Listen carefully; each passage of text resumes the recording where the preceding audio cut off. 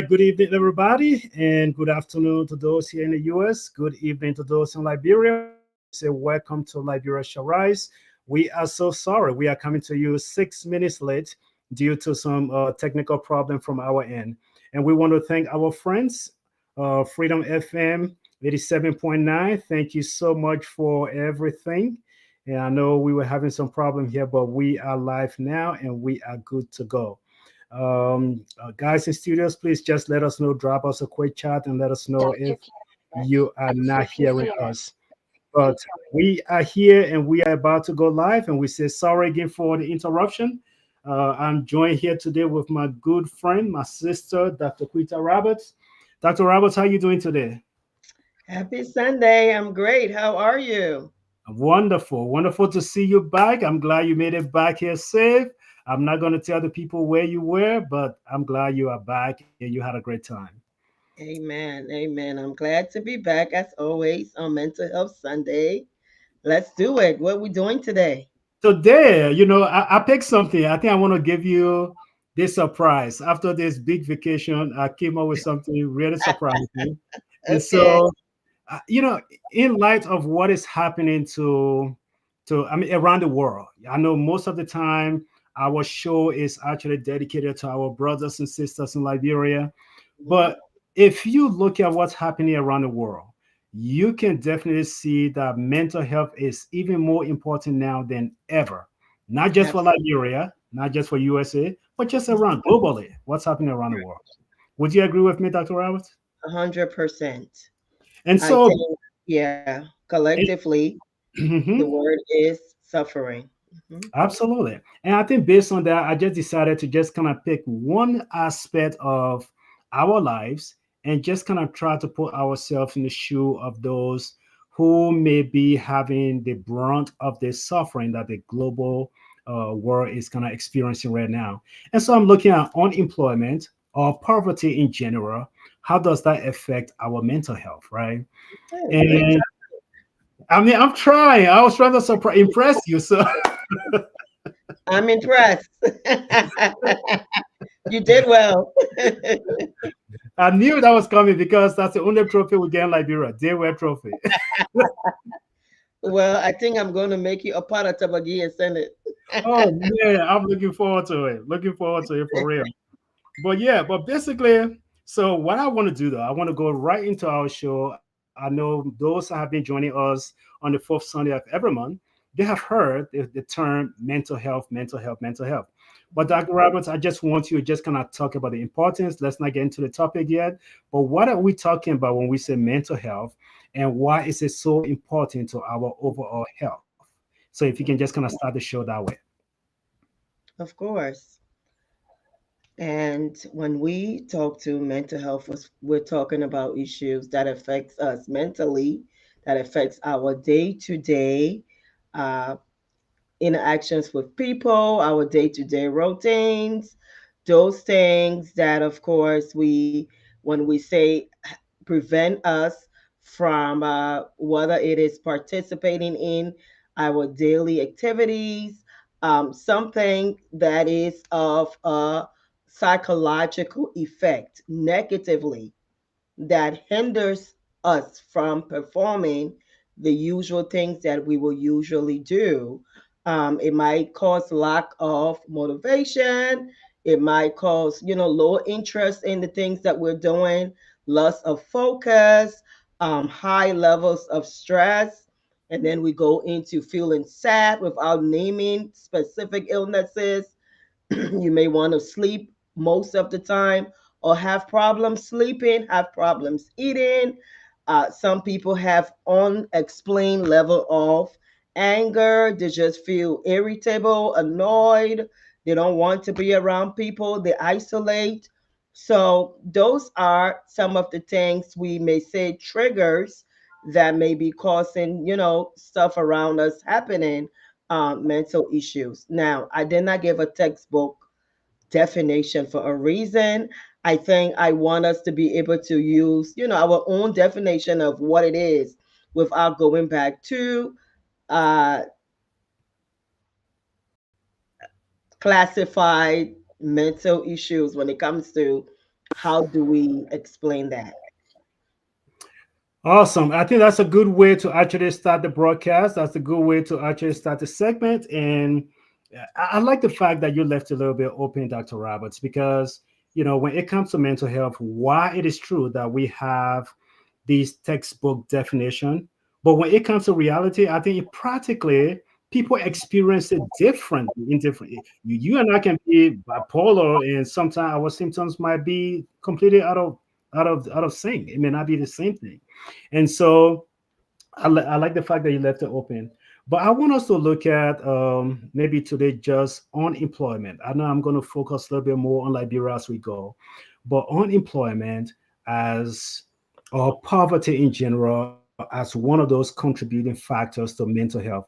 And there is this website or this group of people, scientists that are very smarter than myself. They call them, their site is the Neuro Lounge. They spend a lot of time studying those neurological things. And one of the things that they actually they focus on the impact of unemployment. And the way they actually start with this, they say, look, losing a job is like losing a piece of yourself. Of So it course. is not just about the paycheck, but it's about the community you build when you have a job, the people that you are closer to, and the moral support or the emotional support that you get from those coworkers. Those are all things that help you grow. And so when you lose that job, or if you are unemployed, of course, they will go into the financial piece of it, but they talk about that support. When you lose that support, is also a big contributing factor when it comes to contributing to your mental health or your mental instability. And so let me let me just start from there and say, what makes that so important, or what is that piece that makes it so important that we need other people in order to grow mentally or to be supported mentally, and without those people, most of the time we find ourselves being very lonely. Mhm. Losing a job comes with a lot of negative perception of yourself. When we have any losses, whether it is a job, relationships, material things, it affects how we view ourselves. And those experiencing poverty, of course, show significantly low confidence in their own ability to succeed. So now in America specifically, and we can move to the United to Liberia, Hmm. we see that people are losing their jobs for reasons out of their control. And we see lots of federal government cuts. We see businesses closing, shutting down. We see grant funded programs being shut down. And with that, we can say it has caused a lot of negative physical and psychological health concerns. Along with it comes along with that reduce what we say educational and professional attainment. Why would I want to go back to school if I can lose a job I had spent all this time educating myself, and just like that I lost my job? Why should I go back and get another degree, pay all this money? Mm. So there is a significant amount of level of stress excuse me, Bless you, bless you. that comes with losing a job. Hmm. So we can kind of tap into that a little bit, but there are lots of reports that states unemployment have a higher rates of experiencing poverty because there is this loss of income. How are you going to sustain yourself? Yeah, um, and I think that is one of the key factors, though, because sometimes when people look at it, it is not just you. It could just be me, Sharif, personally, who lost this job, right? mhm, However, there may be 40 or 50 other people hanging on my shoulders. exactly. And in most cases, I am carrying the burden for all of these individuals. Yeah. And it may not be physical to me that, I am just so worried that me personally, I will not be able to buy me cheese or buy me whatever. Mhm. But in most cases, I'm thinking about the people behind me. I'm thinking about those individuals, those children whose school fees I'm paying, Yes. the girlfriend, the wife, who I am responsible to make sure that they get certain things or have food in a home. You know, uh, we are in a society where most of the time, I think as men, we may deal with it differently than maybe the way the women will deal with it. And so because of that, the pressure is actually compounded on men to Mhm. be able to stand up. And because we know exactly how the story ends, you're gonna have someone saying, "Oh, you man, you're supposed to be providing for your family and everything," Mhm. and all of that it compounds it. So in most cases, Dr. Robert, is it fair to say that it is the pressure of the people around us that actually make this situation so dire for men, especially when they lose that source of income? It is definitely a contributing factor. It can be a huge contributing factor, I should say, because of the role relations, as we tend to put a lot of pressure on men to be providers, especially in countries that look to the man to be the provider. And if he's not providing for the family, then he has lost his manhood, right? So you're not a real man. All your friends out there working, you can't even find job to provide for your family, and so that's a lot of pressure. And you have this with the added stress of unemployment, which ultimately has a long lasting psychological effect. So, the stress of just, I can't provide for my family. Men take pride in providing for, well, most men. Let me rephrase that, because we have a school of men now that have no problems with women. Now I'm an equal employer, so I mean opportunist. I'm sorry. We're going to. You, I'm going to go there. There is a school of men who are very much you content, should. You should. with women taking care of You them, and should so definitely go there, for those because type of men, yeah. I mean, we look. I'm not gonna say, look. I'm not gonna fight you for that, but because I am trying to still get a membership with the Stingy Men Association. I'm trying. They keep denying my membership. I'm trying to get that They make membership. it. You're not like them.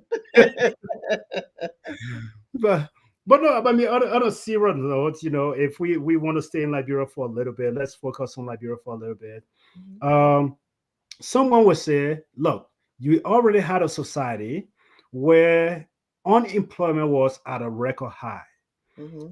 You already had a society where unemployment is very high, and not just the unemployment, but even those who are employed getting their wages. Sometimes it is a serious issue, especially Mhm. if they find themselves working for government agencies, or maybe some, I mean, not NGO, but some of those government agencies. It's a difficult task to get their salary. Sometimes they go 2 3 months before they get salary, and hopefully things are getting better now. But someone would say, look, we are used to it. The society is used to it. This is not a news flash. Only those coming from the private sector, like the USAID program that have been called, those are the ones now actually they are used to getting money on a regular basis. But for some of us, Mhm. we're already in it. So they are the one really worried, but not us.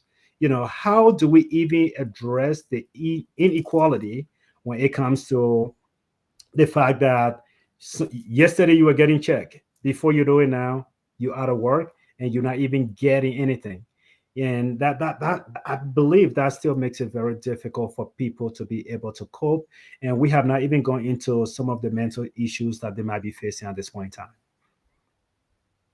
Absolutely. And I know the statement is, what about those people who are already living in poverty or who have not been working? Um, I believe the outcome is the same. And I think for them, there are even more higher level of stress. I would say if we were to collect data in Liberia right now, Hmm. right, and we were to investigate a specific amount of people who have dealt with unemployment and poverty in lieu of all of these fundings that have been cut, because you have to remember now, even though they weren't directly benefiting, but some of them were benefiting secondarily, Yeah, right? absolutely, So absolutely. they might not have been the primary recipient of those aids. But like we say here and there in Liberia, I will come a job here and there, come a contract here and there. They may get like 5 cents or 2 cents that will help aid in, bringing some funds at home. So everybody suffers. Everybody suffers. And for them, I have heard stories about a lot of African Americans, people of color, minority people, immigrants that are now saying in this administration, they're saying, we've been used to suffering for so long. So none of this is new to us. So they have built a level of resilience. Of course, And, they know the hardship is coming, it's going to be difficult.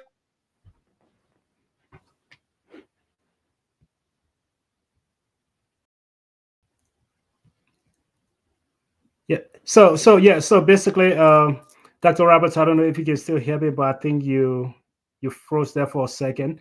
But basically, I think what the doctor is saying is the whole idea. Like, say for example, if you look at the African American population, you know. Mhm. All right. So Dr. And you, Roberts, okay, I'm sorry. no, you're good. But no, the point you were making was a valid point.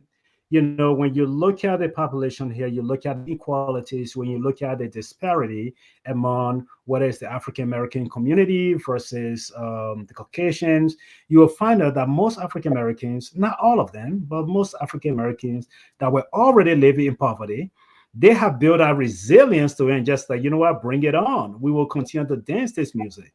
And that is the point I was making when we go to Liberia.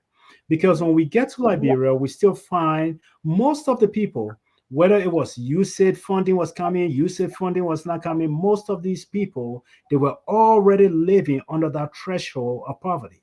They were already sitting there. And most of them were still struggling to send their kids to school.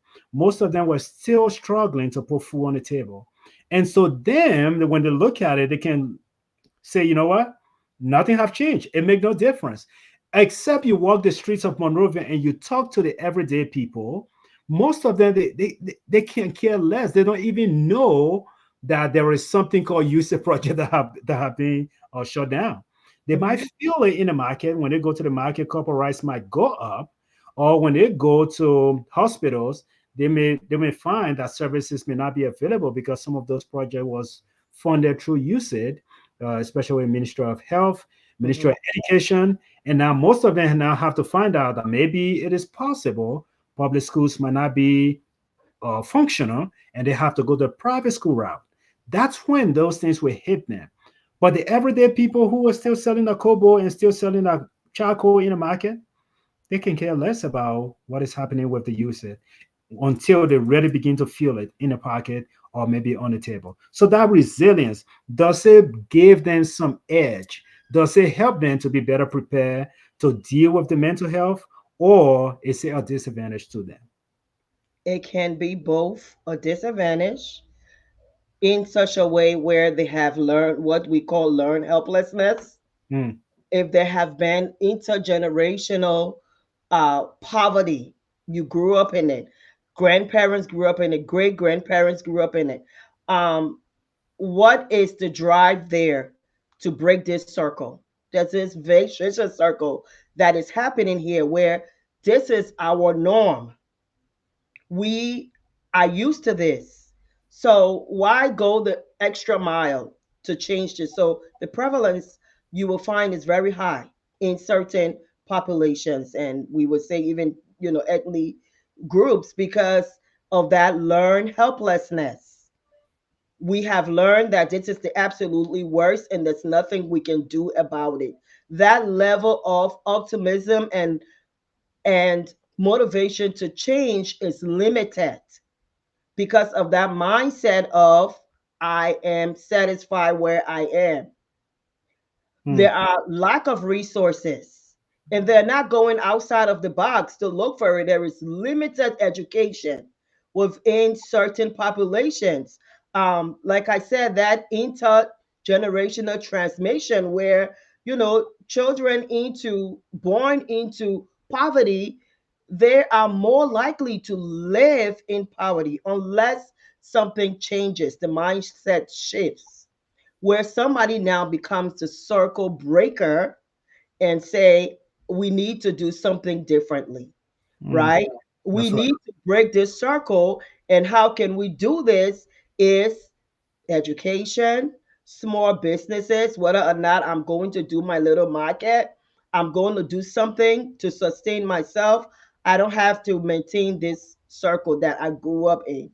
Um, and so, resilience in a sense where we now build on, I can do better.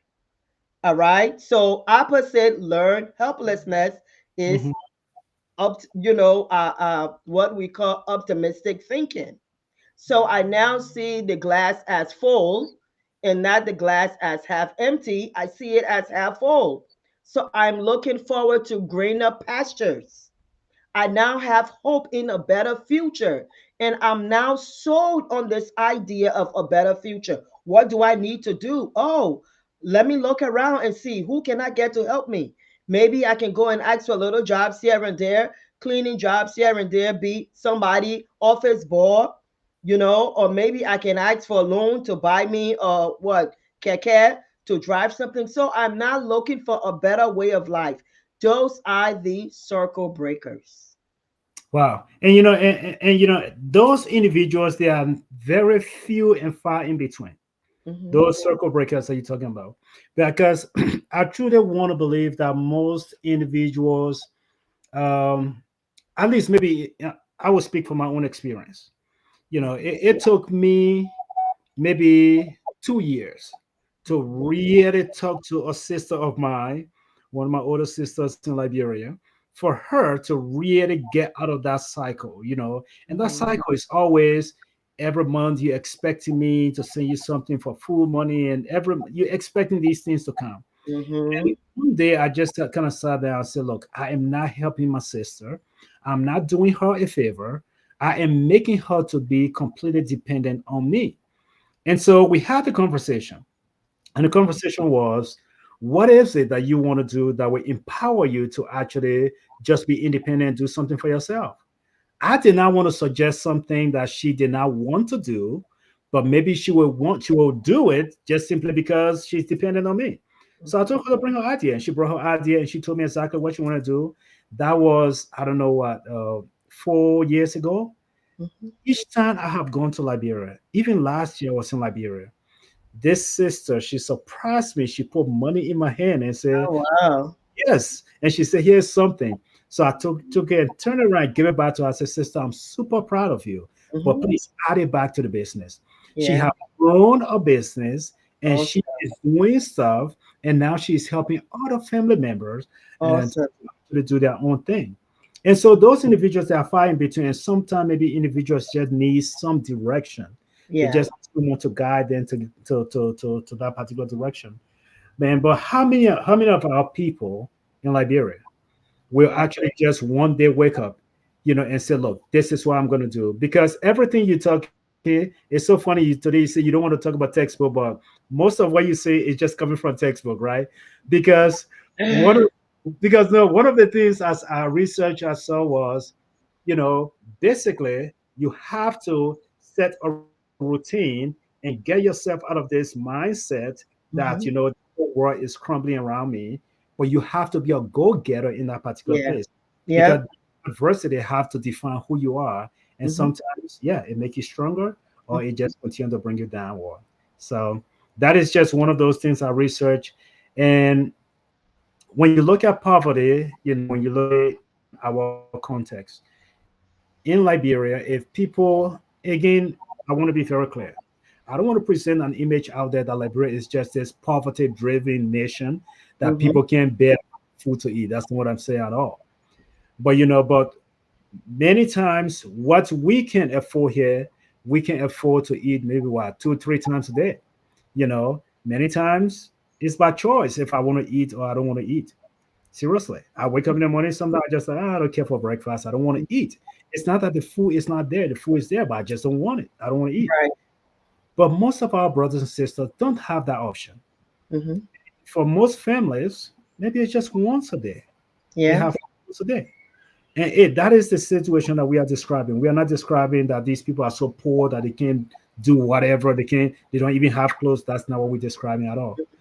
But in that particular kind of culture, Dr. Roberts, what would you give to someone? What would be your best advice to someone that yes, you lost your job, yes, the stress is coming, but what can you do to take care of your own mental health during the stressful moment? Yeah. Great question. We struggle with a lot of psychological challenges to begin with in our day to day lives. You don't have to be poor to experience stress. That's You right. don't have to be poor to experience anxiety, depression, and all of these other mental challenges that one may face. Now, also, we may look at the generational connection between mental illnesses and that runs within the family. So, Hmm. all of that we can say, we can argue that any of these things can be contributing factor to how one experience adversity and how they process difficult situations. Because we have hardy personality people who, when faced with adversities, they are able to bounce back very quickly. They don't succumb to it. So for those type of people, you like you said, you and I may deal with it differently. So we may be in the same family and we come from a very poor family, but you are a go-getter. You are on the street hustling, selling whatever you can to make it work. And what I am doing, I'm laying at home. I'm sad. I'm depressed. I hate my family, and trust me, in Liberia, we have the same emotions. It's just that Hmm. we are not free to express it like the way we do here in America. But the kids now in Liberia, they have no problems expressing, I can't believe my mom and pa so poor. Why I had to be born into this poor family. We all knew one or two people that would say that growing up in our time. Like my kids can tell me, Mom, you OD, like you so old, right? I'm a OG, they said.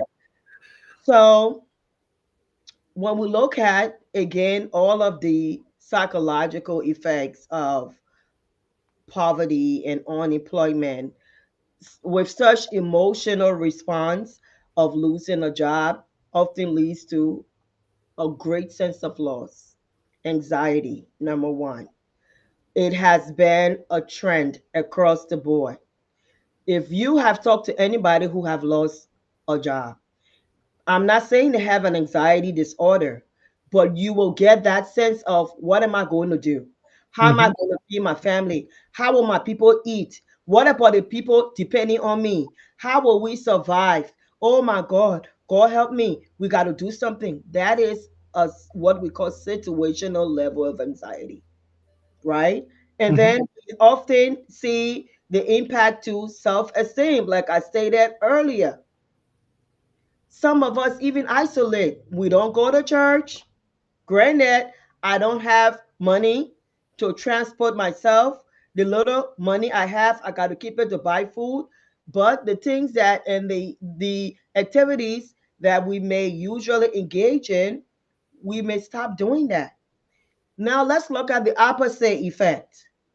You may have other people who may not know how to healthily deal with something significant, such as losing a job. So the little savings they have, what they're doing, they are drinking it to drink the pain away. Hmm. and Because and that I actually, don't know how that to still cope. lead to but that still lead to, they think they are coping, but that still lead to more mental health stress. I don't know how to cope. So what am I doing now? I am adding on to this negative coping mechanism that is going to lead me to, yes, stress, possibly addiction, loss of my home, my family, it worsens the situation. But at that time, we're looking for temporary relief. I just want to forget about my problem. Yeah, you get a call from your friend. Yeah, my man, let's go drink some club soda. Yeah, I come in. I will meet you there at what 371. I don't know if that's a place, but I'm just making it up. Maybe that's my future bar. So Oh stress man. and financial concerns for the future starts to set in. Because now if you have a family, a wife, kids, they can't eat, but you're taking all that money, drinking it, what do you think is going to happen to your family? Hmm. And children, as well as your spouse, may have an increased sense of worry. And it's very, very sad when we see this and we see higher cases leading to depression, anxiety, and even in some cases, suicide. And I was having actually a conversation with somebody, and they were asking me if there have been any data out here as far as suicide levels since this new administration in America. And Hmm. I said, I don't know if they're even collecting data about that right now, but I'm not sure. That would be very interesting to see. I know it's been what 3 months. We would like to get more information on what's happening on that end because in DC, for example, there are a huge amount of vacancies when it comes to homes. People are just leaving their homes and going. Wow. Wow. Yeah, and I think that is why we actually started the show with the whole concept of this is not a localized situation that we are talking about. We are looking at the global impact that this is going to have on people, and not just Liberians. Today, just before we came live, I was speaking to someone in Liberia. She runs a small business in Liberia, and Mhm, she was telling me that. Businesses are not going like before, right? And so one of the things I mentioned to that person was, well, you guys, some economic impact that is actually affecting how people mhm, spend money. mhm. I mean, people are very good. People sometimes we adjust based on Mhm. how resources are coming. I know Yeah. there were times they said during the alien regime there was so much money in the country, people were just wasting money however they wanted to. During the WEA regime, there was a certain group of people that had money, they were just wasting it however they wanted. Mhm, And now this regime, maybe the same thing is happening there under the Black administration. I don't know, but one thing I do know for a fact is that some of the resources that people had during those two regimes that they were wasting, money coming through the USAID project, money coming from other NGOs, and all of this money that was actually flowing into the country. mhm, Now people have to adjust. People mhm. have to adjust. If they have 5 suits, chances are they can continue to use that 5 suit. Why go and buy another suit when you don't have the money coming in? And so things are going to slow down. And the only thing I told the person, look, your clothing business might slow down, but I tell Mhm, you, food might still be something that will sell because mhm. people still have to eat. And sadly enough, people still have to drink those things. Of Alcohol course. is still selling, Yeah. but certain businesses, you may not, you'll start feeling the impact on that. And and poverty though, before we actually start going to some of this psychological impact it have on people, I think in general, poverty causes people to actually do things that they would not necessarily do under normal circumstances, whether it is crime, whether it is corruption, anything people have to do to just make sure that they can take care of they and their family. Mhm. Most people would do it, and that actually it does not bear well for the country at all. And that just leads me right into the five theories of poverty. Um, and when we speak about there is research out there, and you can look it up. Those of you that are listening, if you want to read more into this, I'm going to just mention it in passing, and now it's up to you to do your research.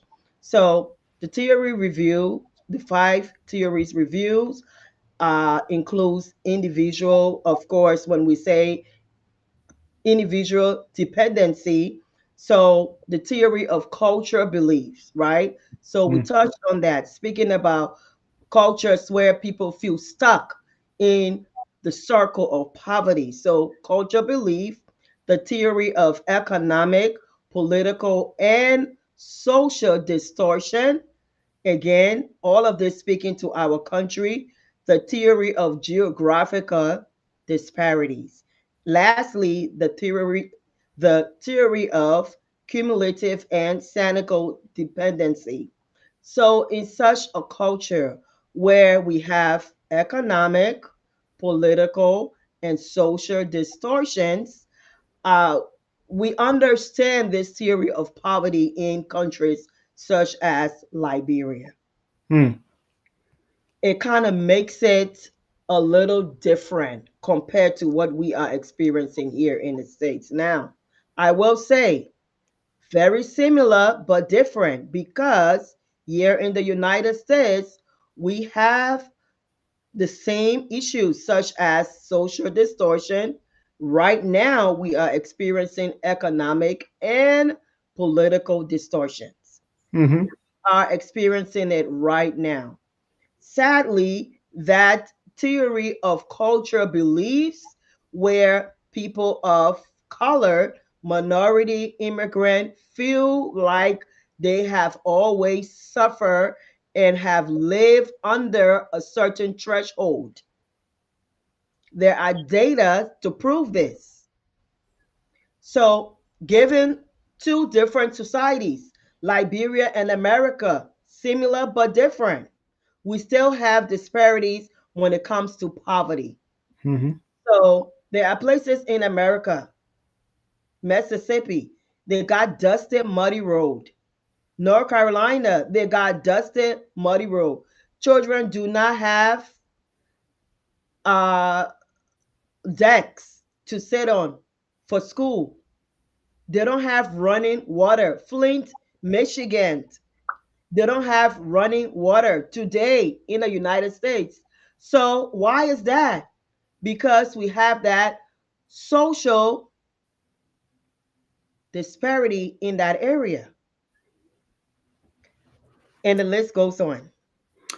eh, I saw a I saw a statement, I believe, from our dear friend River Says Pro, and I wanted to mention that, but I didn't want to lose my thought.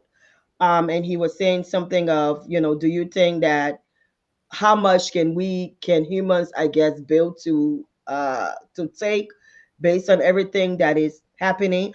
I want to say this: we are created adaptable beings. Thank you. Even a young baby, you may change many different locations for that baby will adapt very quickly. They may cry, they may be uncomfortable, but they will find ways to adapt. That goes back to the concept of learned helplessness. What mhm, happens if this person or this baby refuses to adapt? What happens if you're changing the baby from one crib to the next, to the next, to the next, and the baby just give up and say, you know what, forget it. I'm not leaving this crib. I'm just going to cry and cry and cry and cry and cry until you figure out I don't want to leave. Well, we can say the same. The same is true for an adult who will complain and complain and complain and look you in the eye and say, there's nothing I can do. If I die, I die. mm. Wow. Yeah, and and I think this will be a good time now. We're about 15 minutes out, so 15 minutes to be ending the broadcast. So I think this is a good place for us to go and start talking about some of these things and maybe talk about some of the coping mechanism. Because the first thing that actually jumps out is going to be depression, right? So it may not be sequential, but most people, you get to this place where you feel very depressed. I have a friend who had a very relaxed, when I say relaxed, stable job with USIT. He was on a 5-year project. He's been with USIT forever. And so every 5 years to renew his contract. And This guy just he's one of those recently affected by what is taking place with the funding being cut. And my thing has always been every week I check in with him to see how he's doing because I remember the first time this actually took place when he got the news, they gave them a letter. He sent the letter to me straight. He said, Mm, he said, my man, I come down. Seriously. So when mhm, he said that, basically though, he probably may have been using that Akamida in a different context. mhm, But for me, the psychological brain mhm. that's gonna trigger in me, I'm thinking this is a cry for help. And Yeah. so I want to be checking in with him regularly and giving him some ideas what we can do. Mhm, So basically, my first thing is let's cope with this. Let's see mhm, what we can do. Look at the bright side. At least one, your rent is paid for the whole year. You don't have to worry again until mhm, 2026. Your kids, they have graduated. You have one in India who is actually went on a scholarship, and that kid is doing great. You still have one in high school. But I tell you what, basically, tuition. I didn't make the promise, but I just said, look, tuition. That is something she's never going to be out of school. That's what I mhm, told her. And another thing you have to look at, it's just you by yourself now. It's not like you have all of these people, your family you got to take care of. So the best thing you have on your hand right now is time. mhm, So how do you use that time is going to define the next 6 or 7 months for you. Set a goal for yourself and start working towards. What do you want? Do you want to get right back into the working field? You have some great experiences that you've had. You've been with this NGO organization for the past, 4 or 5 years. You've been with them. That alone is an experience that looks mhm. very good on your resume. Yes. So, do you want to go back in the job market and start looking around? Do you want to start something? Do you have a reserve that you can kind of dig into to get Mhm, yourself out? And so basically every week we meet and we have some kind of 10 or 15 minutes conversation. But the very first month, I can tell you, Dr. Roberts, I coming down, my man, I don't know what I'm gonna do. yeah. This my man, your press killing also. And Mhm, those conversation, he was getting into that depressive mode. mhm, So what mhm, do we do though to encourage our friends, whether you were one of those affected by the USA cut, or whether you have never been employed in Liberia, but you have this stress building in that's eating you up on a daily basis? How do we deal with Well, first and foremost, I thank you for being that sounding board for your friend. There are many people who don't have that. They don't have somebody who will encourage them and let them know, hey, let's look at the bigger picture because that's basically what you did, right? Let's not look at this immediate. Yes, I lost my job. It's true, it's going to be difficult. Validating all of that, but also saying, look, at least you have rent paid. Let's put things into perspective. So definitely thank you for that. For those individuals who may be struggling with the loss of jobs, who we see that poverty and unemployment increases the prevalence of mental health episodes. So it is not really mental health disorders, but we see episodes repeatedly after one another, which really precipitate the onset. So, for somebody who has never struggled with depression, what do I mean by that is right away you find that you are feeling more depressed, more sad, lack it? of interest, worrying a lot, having suicidal thoughts. You may not act on it, you may not have a plan, but you may have that frequent thought of, if I can't make it, I just may as well die or kill myself. And so I will let my family down. I can't let my family down. What do I need to do? Financial strain has been strongly associated with the onset and maintenance of depression, anxiety, PTSD if you have some past trauma if you have experienced some form of trauma. So those of us that have experienced war,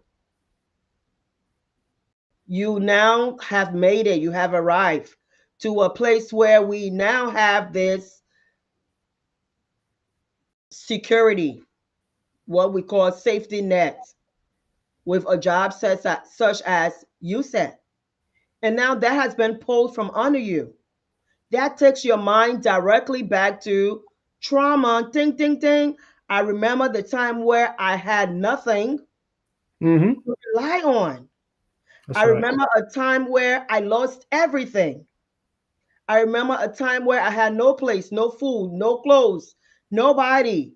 And we associate that with negative thinking. So when you said your friend said, "My man, I not die," our brain remembers trauma. It automatically goes back to that point where I felt unsafe. So it is not recording all of those traumatic emotions and feelings are coming back.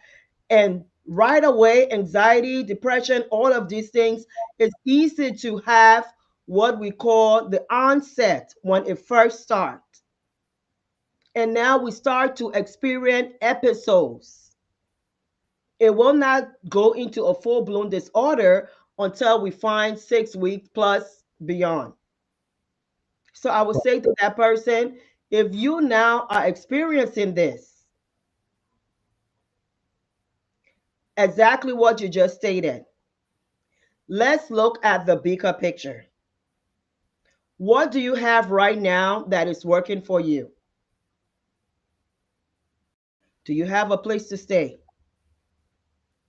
Do you have some means? Do you have some means of creating what we call passive income? Maybe this primary income that you were getting is gone. Okay, do you have money somewhere where you can find something else to do to kind of bring some kind of food on the table, to provide something? Let's create a plan. Let's not sit and wait for everything to fall apart. Let's be proactive. When we are reactive and we sit and we, what I talked about, learn helplessness, everything is done, there's nothing I can do, it gets worse. That's Guess right. what? Nobody is coming to save you but yourself. Hmm. Wow. I like that part, Dr. Robert. I don't want to gloss over it. I really don't want to gloss over it. I don't want to fly over that because that is key. Nobody is coming to save you but yourself. I think most of the time that's why, I think I began the story with my sister. This whole concept, yes, I'm here, I'm able to send you $100 or whatever dollar a month. Hmm. But how well can you multiply that? How well can you make yourself Yeah. independent? What can you do to actually put some stability in place? And look, we are not just saying this is a liberal problem. Even in this very country we live, there are Hmm. people who are not good at financial management. They Yeah. don't manage their resources and they just live paycheck to paycheck, paycheck to paycheck. They don't know how to manage those resources. What can you do to multiply those income when you have them coming? Are you even preparing for rainy day? Is that something that you Mhm. people even thought about in Liberia? I don't know. But most of the government officials that, like I said, during the Ellen government, during the WIA government, most of those government officials that were flaunting money and wasting it, today they are in their shadows because they did not manage the resources that they had. And now they are among some of the people who are struggling the most. They are struggling. And so when it comes to our brothers and sisters in Liberia, yes, you have built this tolerance or this resilience towards poverty. You have also built this to be able to withstand certain level of stress. Mhm. Yes, maybe you have the cushion.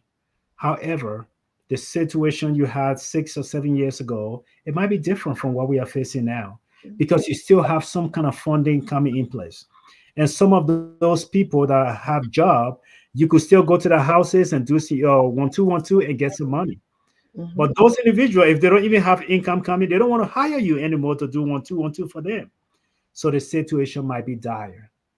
But do not think on the negative.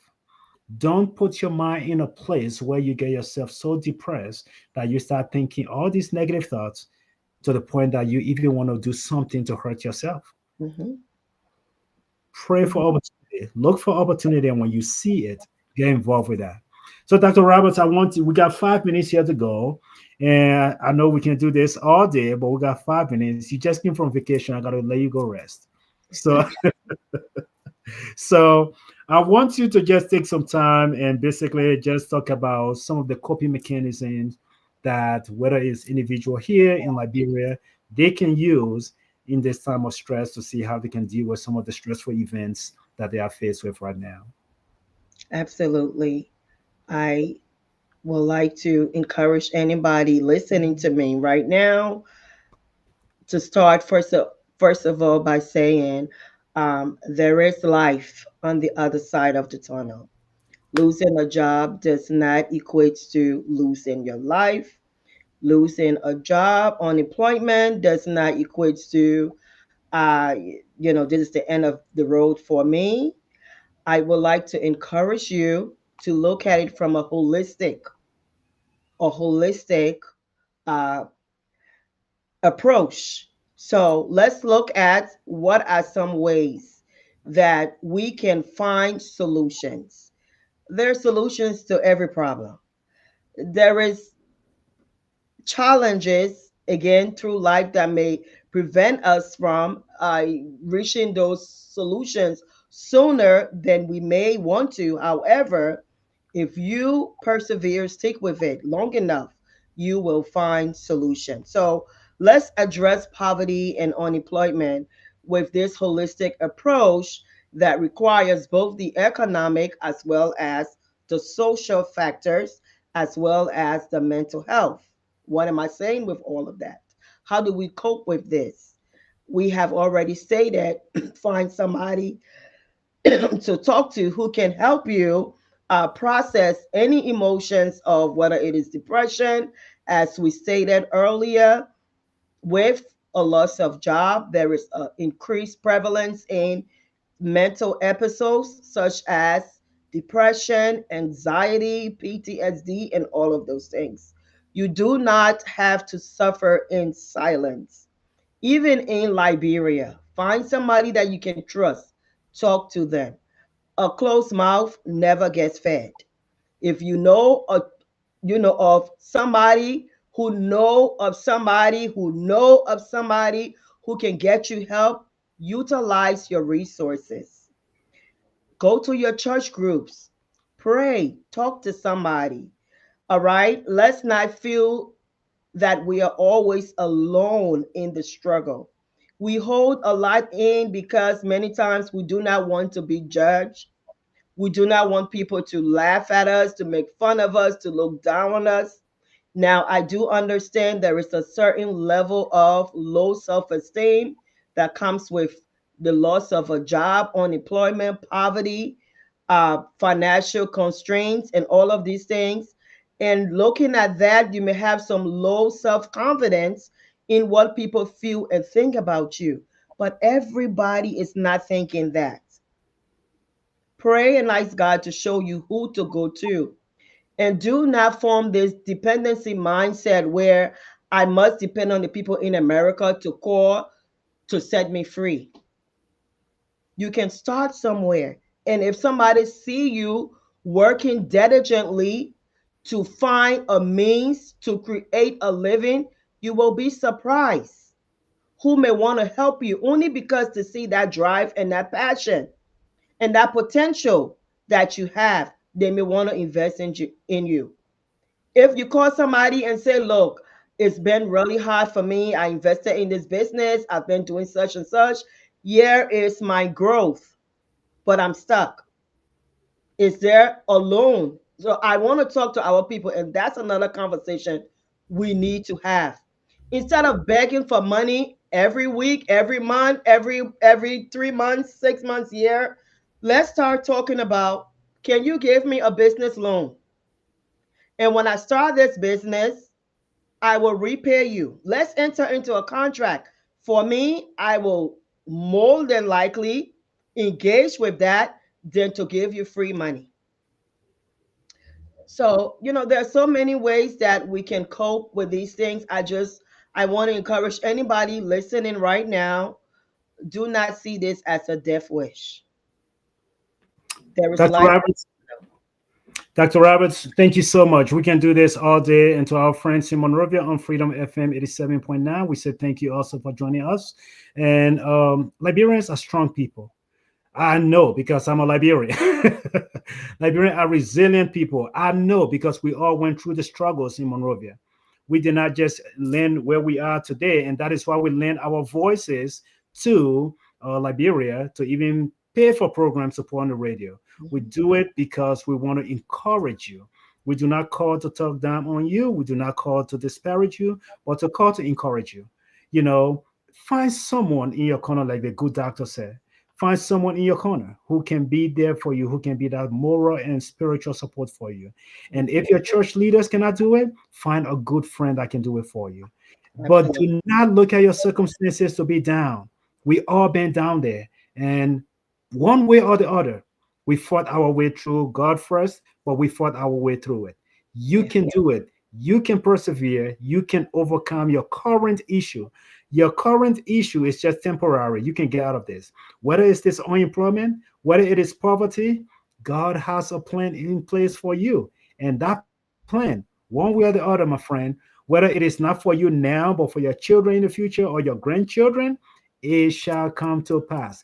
Don't Yeah. give up. Keep fighting. And one day you will be on the radio too and singing your voices and encouraging other people. May God bless each and every one of you guys.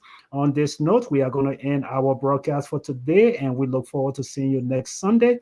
Dr. George is going to be here, and we are going to be discussing another segment called Behind the Scene. So stay safe, and God bless each and every one of you guys, and we'll talk to you soon.